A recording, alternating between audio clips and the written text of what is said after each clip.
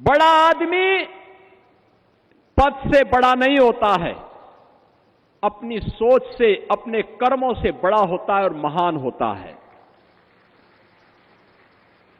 एक सामान्य अतरौली के एक सामान्य किसान परिवार में जन्म लेने वाले साधारण परिवार में जन्म लेते हैं,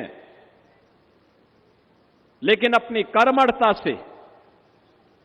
मूल्य और सिद्धांतों के प्रति अडिग रहने के भाव से,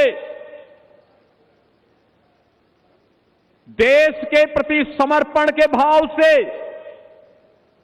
राष्ट्रीय स्वयंसेवक संघ की पाठशाला में रंग तपे हुए एक स्वयंसेवक के रूप में एक किसान, एक शिक्षक, एक विधायक,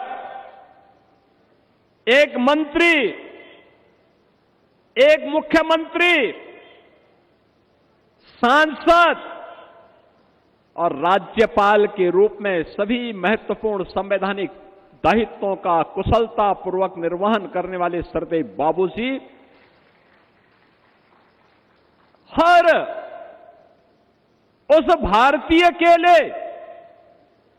जिसके लिए देश प्रथम है,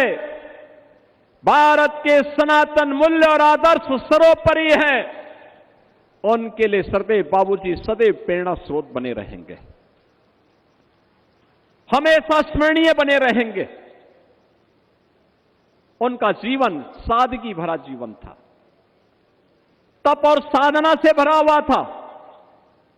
संघर्षों से भरा पड़ा था, अन्याय के खिलाफ लड़ने वाला था, अत्याचार का मुकाबला करने वाला था। और बाबूजी सदैव अपने सनातन मूल्यों की रक्षा करते हुए गांव के गरीबों के लिए, अन्नदाता किसानों के लिए, युवाओं के लिए और समाज के प्रत्येक तबके के लिए उन्होंने अपना पूरा जीवन समर्पित किया।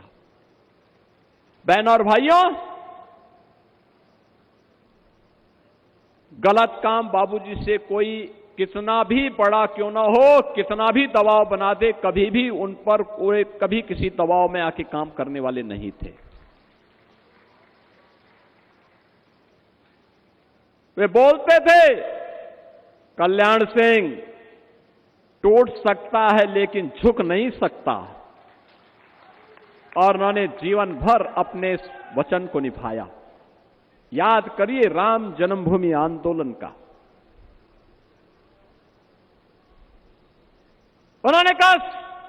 संघर्ष स्वीकार है, सत्ता दूर हो स्वीकार है, लेकिन अपने प्रभु राम का अपमान स्वीकार्य नहीं है, स्वीकार्य नहीं है।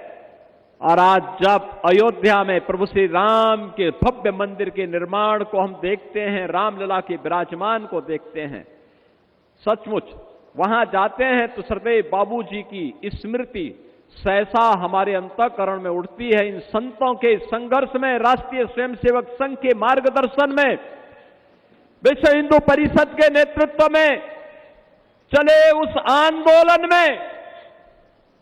खुल करके उन्होंने समर्थन किया, अपनी सत्ता गंवाई, लेकिन कहा कि नहीं, राम भक्तों पर गोली नहीं चलेगी।